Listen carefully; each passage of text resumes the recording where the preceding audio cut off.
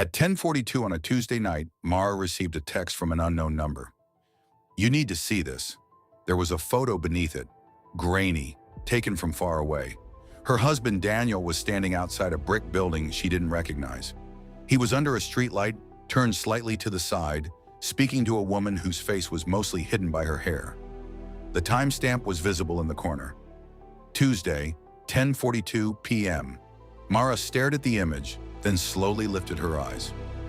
Daniel was across the room at the kitchen table, his laptop open, glasses low on his nose, one hand touching the side of his face as he scrolled through an email.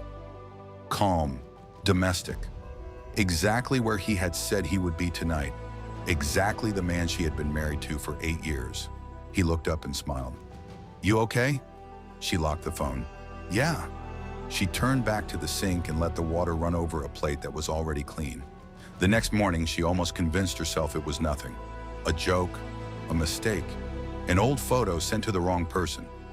Daniel was making coffee, moving through their kitchen in that familiar, easy way that always made him seem incapable of ugliness. He handed her a mug and kissed the side of her head. "You slept okay?" "Mostly." "You sure?" She nodded. He leaned against the counter. "I may be late tonight. We're reviewing cases." Daniel worked as a counselor at a church-affiliated recovery center. That was part of what made the text feel absurd. He spent his days speaking softly to wounded people. He remembered birthdays. He left thoughtful notes in books. He had a way of listening that made strangers tell him things they hadn't told themselves. "What cases?" Mara asked. He shrugged. "Just intake stuff." He said it lightly. Too lightly, maybe, or maybe not. Mara couldn't tell anymore where intuition ended and imagination began. That evening, she went to small group alone. They met in the front room of a large house with pale walls and carefully chosen lamps, meant to make everything feel safe. The group leader, Pastor Eli, sat in an upholstered chair with his Bible closed on his knee, as though he no longer needed to open it to know what it said. He had a gentle face, silver hair, and the kind of patient voice that made people confess things before they meant to. A young woman in the group was crying about conflict with her boyfriend. "I don't know. I keep feeling like something is off." Pastor Eli nodded compassionately. "Sometimes when we've been hurt in the past, our feelings can become unreliable narrators. We can project danger where there is none." Mara looked down. The young woman wiped her eyes. "So what do I do?" "Don't let temporary emotion become authority," he said. "Peace requires humility. Sometimes the most spiritual thing you can do is distrust your first reaction." There were soft murmurs of agreement around the room. Mara folded her hands tighter in her lap. After group, Eli stopped her by the door. "You've been quiet lately." "Just tired," he smiled. "Be careful with isolation. When we withdraw into private interpretation, fear grows in the dark." She smiled back because that was easier than saying what rose in her throat. That night, she looked at the photo again. This time, she zoomed in on the building behind Daniel. A green awning, a partial street sign, a brass number plate. She took a screenshot and brightened it until the image started to distort. The number looked like 214 or 274. She couldn't tell. Another message came. "You've seen her before?" Mara froze. She typed, "Who is this?" No response. She typed, "What do you want?" Nothing. Daniel came in from the shower toweling his hair. She put the phone face down. He smiled. "You coming to bed?" "In a minute." He leaned over and kissed the top of her head. She caught the scent of soap and steam, the closeness of him, the normalcy. It made her feel suddenly absurd, as if suspicion itself were a kind of infidelity. When she came to bed, he was already asleep. For the first time in years, she opened his nightstand while he was in the room. There was a charger, a book, a church bulletin, receipts, a flashlight. Nothing else. She closed it slowly and lay awake beside him until dawn. 2 days later, a woman from church went missing. Not someone Mara knew well, but enough to feel the jolt.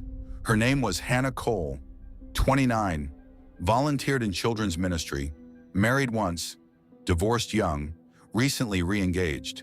The announcement spread first through text threads, then prayer chains, then the Sunday service itself, where concern moved through the sanctuary in the language of compassion and urgency. Daniel stood beside Mara during the prayer, head bowed. "Lord, protect Hannah," Pastor Eli said from the stage. "Bring hidden things into light." Mara opened her eyes at that line. 3 rows ahead, Hannah's mother was weeping into a tissue. After the service, the lobby filled with low conversation and speculation. Mara lingered near a table of coffee urns while Daniel spoke with 2 men from the recovery center. She watched him gesture gently, brow knit, every movement calibrated toward empathy. Then one of the men handed him a folded paper.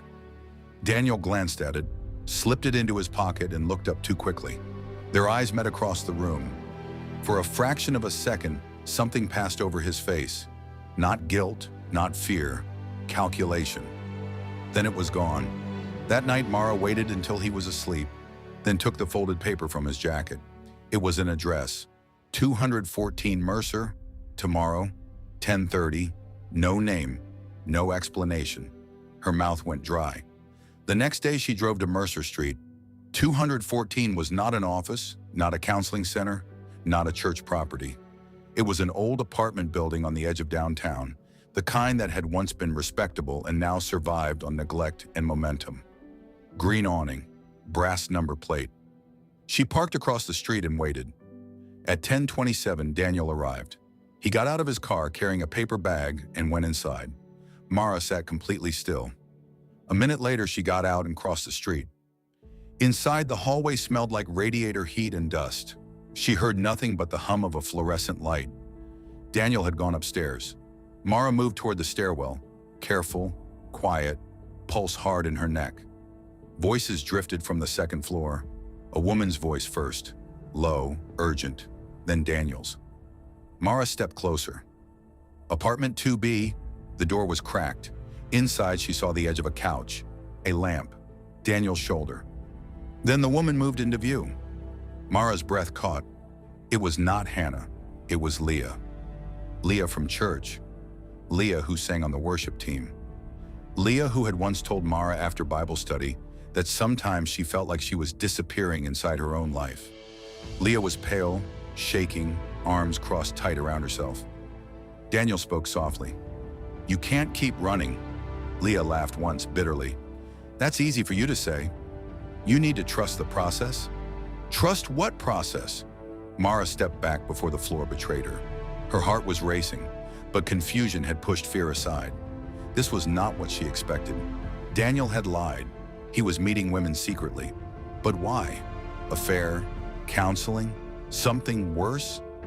She went back to the car and waited until he left. When Daniel came home that evening, he looked tired. "How was your day?" he asked. She watched him loosen his tie. "Fine." "Anything interesting happen?" "No." He nodded, then opened the fridge as if they were still inside the same honest world. That night, Mara searched Leah's name. Nothing unusual. Worship videos, group photos, a tag picture from a retreat. Then she searched Hannah Cole again. This time she found a comment buried under a local news post.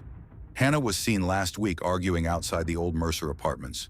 No source, just a comment. Mara read it 3 times. The next morning, another text arrived. Ask him about Hannah. Mara did not answer. She no longer expected answers. She was beginning to understand that the texts existed only to move her, not to explain anything. At dinner, she tried. "Did you know Hannah well?" Daniel looked up from his plate. "A little. Why?" "Just wondering." "She was around." Mara nodded. "Did she ever come through the center?" A pause, barely there. "No." He took another bite. Mara felt the pause like a cold object placed in her hand. That weekend, Pastor Eli asked if she could meet. They sat in his office where every shelf held either theology or curated kindness. "You seem burdened," he said. "I've just been noticing some things." He folded his hands. "About Daniel?" Mara looked up sharply. "Why would you ask that?" He gave a sad smile. "Because marriage has seasons. When people are under stress, suspicion can grow in small cracks." "I didn't say I was suspicious." "No," he nodded. "But I know the look of someone trying to make private meaning out of incomplete information." Mara stared at him. He continued, voice soft. "Daniel has been caring a lot for the church lately. Confidential things, vulnerable people. He's not free to explain everything." There was no accusation in the room. That was what made it worse. Everything was framed as care. "Are you telling me not to ask questions?" Mara said. "I'm telling you that questions asked from fear rarely reveal truth." Mara sat very still. He leaned forward. "The enemy loves isolated interpretation. If something is troubling you, let it be interpreted inside trusted authority." Something in her recoiled, though outwardly she only nodded. When she left his office, she sat in her car, gripping the steering wheel until the leather went warm under her hands. That night, Daniel was kinder than usual. He brought home takeout from her favorite Thai place. He asked about her day. He put his phone face down on the table and seemed entirely present, almost luminous in his attention. At one point, he reached across the table and touched her wrist. "You know I love you, right?" She held his gaze. "Why are you asking me that?" "Because you seem far away." Mara almost laughed. The precision of it, the reversal.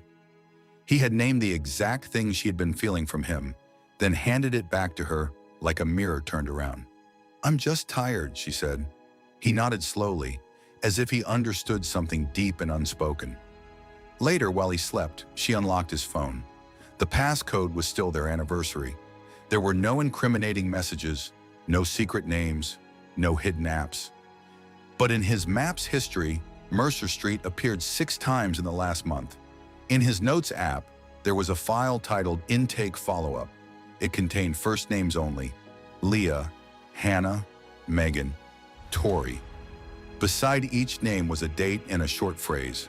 Leah, resistance to disclosure. Hannah, unstable, threatening exposure. Megan, transferred. Tori, resolved.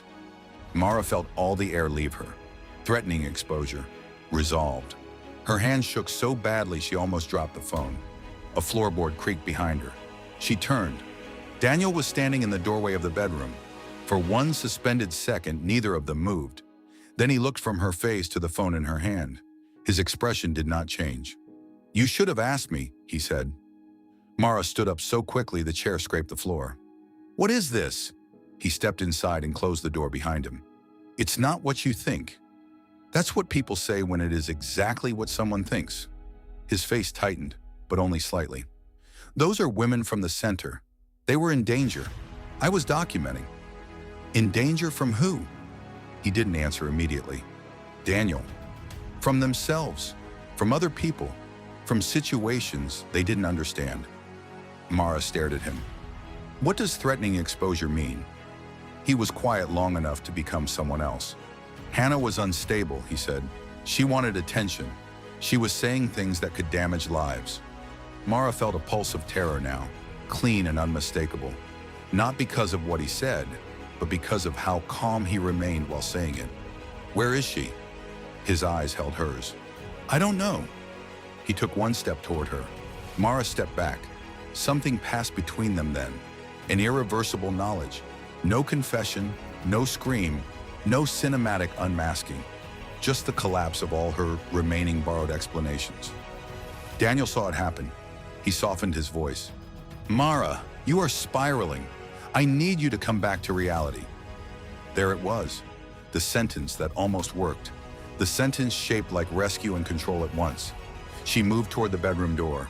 He blocked it, not violently, just enough. "Listen to me. No. You are frightened, and frightened people misread things. No. You have no idea what's actually happening." Mara looked up at him. For years, she had taken that sentence as a reason to become smaller, slower, less certain. But something had changed. Maybe it was cumulative. Maybe it was the text, the lies, the office, the notes, the careful redirection by every trusted voice around her. Maybe there was simply a point beyond which doubt itself became unbelievable. "Move," she said. He studied her. Then he stepped aside. She took her keys, her phone, her purse, and left the house. She did not go to the police. Not yet. She drove to Pastor Eli's house. Part of her still wanted one thing to remain intact, one authority clean enough to stand on. His wife let her in. Eli met her in the study, slippers on, concern ready. "Mara," she told him almost everything. The address, the lies, the names in Daniel's notes, Hannah, Mercer Street, threatening exposure. Eli listened without interrupting. When she finished, he sat back and exhaled. "This is serious," he said quietly. Relief flooded her, so suddenly she nearly cried. Then he continued, "But you must be extremely careful. False accusations can destroy ministries, families, reputations. If Daniel has been involved in confidential intervention work, you may have seen fragments without context." The relief vanished so fast it left her cold. "You knew about Mercer Street?" He did not answer. "You did." Eli lowered his voice. "There are things vulnerable women disclose that require discretion. Sometimes the church steps in before authorities can make matters worse." Mara stared at him as if watching a wall slide open behind a familiar room. "What are you saying?" "I'm saying the world is more complex than fear allows it to appear." Mara stood slowly. Eli rose too, palms open. "Please don't react rashly." There it was again, the same architecture in different clothes. Not your feeling, not your reading, not what you saw. Authority will interpret reality for you. For the first time, the pattern became visible all at once. Daniel had not been acting alone inside her uncertainty. He had been standing inside a whole structure that trained her to mistrust the evidence of her own mind. A husband, a pastor, a language of peace, a theology of self-erasure, each one soft enough to pass for care, each one powerful enough to hollow out a person from the inside. Mara backed toward the door. Eli's voice followed her, still gentle. "If you leave now in this state, you could do real damage." She almost turned around, not because she believed him, but because the reflex was so old. To stop, to explain, to be reasonable inside the system that was swallowing her. But something deeper held. "No," she said, and her own voice sounded strange to her, almost new. "What does damage as pretending I can't see?" She left. Outside, the night air felt sharp and exact. She got in the car and locked the doors. Her phone buzzed. Unknown number again. "You're almost there," she typed back before she could think better of it. "Who are you?" This time there was an answer. Someone who didn't leave when Hannah told the truth. A second message arrived. "Check the basement at Mercer, unit storage." Mara stared at the screen. Then she drove. The Mercer building looked abandoned at that hour. Streetlight, shadow, no movement. She parked in back near a rusted service entrance and sat listening to her own breathing. Then she got out and went in. The basement smelled like mold and old paint. Rows of wire storage cages stretched under dim bulbs. Her flashlight trembled in her hand as she moved down the aisle reading numbers. In cage 18, she found church donation boxes. In cage 19, folded chairs. In cage 20, a locked metal cabinet and a plastic tote with no lid.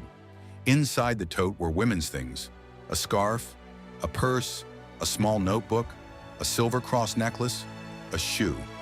Mara dropped to one knee. Beneath the necklace was a volunteer badge from church, Hannah Cole.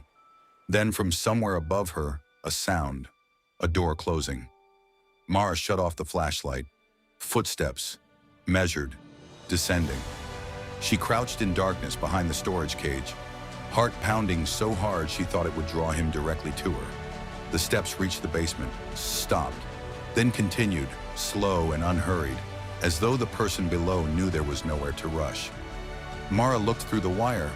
Daniel emerged into the aisle. He was not angry. That was the worst part. He looked almost sorrowful. "Mara," he said softly. She didn't move. "I know you're here." He waited. When she stayed silent, he sighed. "You always do this one step too late." The sentence chilled her more than a threat would have.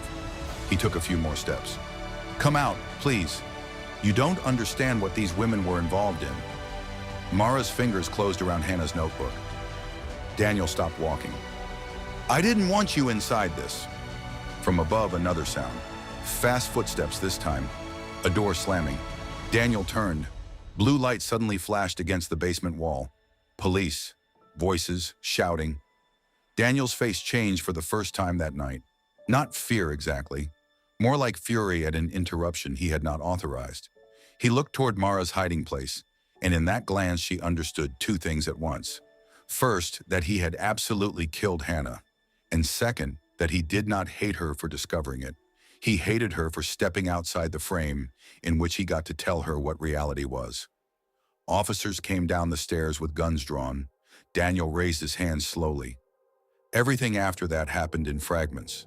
Questions, statements, red and blue light through concrete dust. A female officer wrapping a blanket around Mara's shoulders, though she was not cold.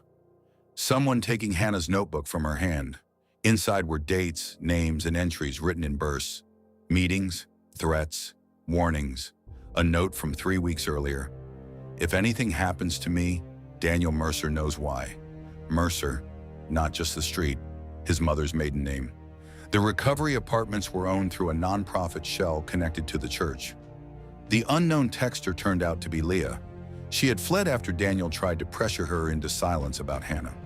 She had been afraid to go to the police directly because Pastor Eli had already framed everything as spiritual confusion. So she had gone to Mara instead, betting that the wife would recognize the pattern if she saw enough of it. She was right.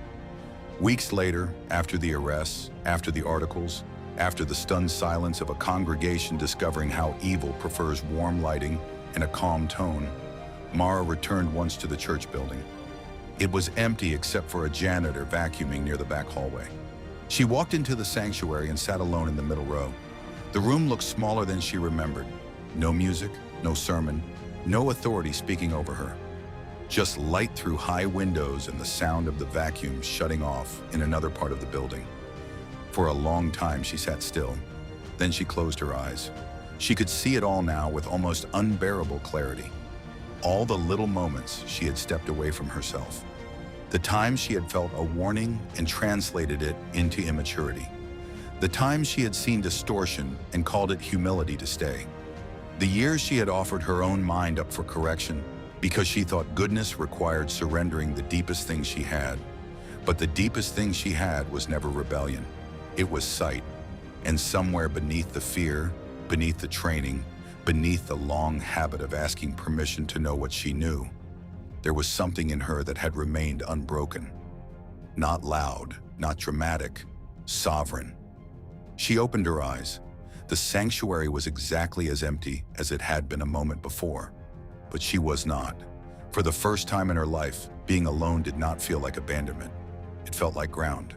She stood, turned, and walked out of the church without looking back. Outside, the air was bright and cold. Morning had sharpened the edges of everything. Cars passed, a dog barked somewhere down the street. The world had not become safer because she understood it. It had become real. Mara stepped into the light and kept walking.